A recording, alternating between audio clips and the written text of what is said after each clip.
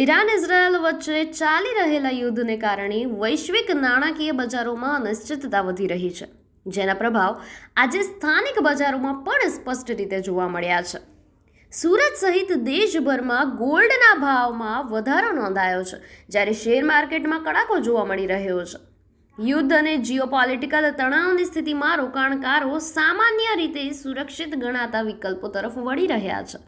ગોલ્ડને પરંપરાગત રીતે safe heaven તરીકે જોવામાં આવે છે, તેથી અનિશ્ચિત સમયમાં તેમાં રોકાણ વધે છે અને પરિણામે ભાવમાં તેજી આવે છે. બીજી તરફ શેર માર્કેટમાં રોકાણકારો જોખમ ઘટાડવા માટે પોતાના શેર વેચવા લાગતા હોય છે. બજારમાંથી રોકાણ બહાર ખેંચાતા સૂચકાંકોમાં ઘટાડો નોંધાય છે અને કડાકાની સ્થિતિ સર્જાય છે. હાલની પરિસ્થિતિમાં પણ એવું જ દ્રશ્ય જોવા મળી રહ્યું છે.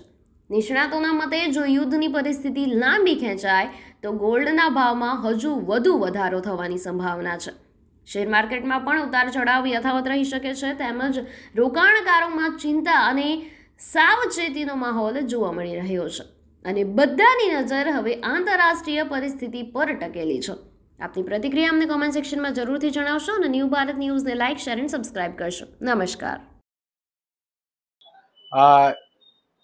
આ યુદ્ધની પરિસ્થિતિ નિર્માણ થઈ છે અને જ્યારે યુદ્ધ શરૂ થઈ ચૂક્યું છે ત્યારે એની સીધી અસર બુલિયન બજાર અને શેર બજાર પર જોવા મળી રહી છે.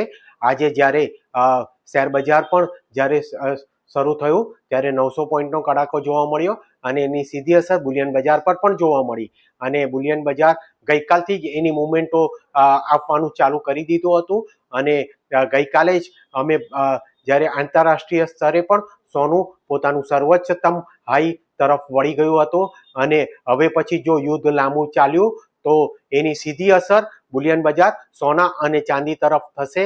કારણ કે આજે રોકાણકારો પોતાના જ્યારે પણ સેફ ઇન્વેસ્ટમેન્ટ તરીકે સોનું અને ચાંદીને જ પસંદ કરતા હોય છે. જ્યારે યુદ્ધની પરિસ્થિતિ નિર્માણ થાય અને world wide Jio political tension આવે ત્યારે હંમેશા બુલિયન બજાર પર એની સીધી અસર થાય છે.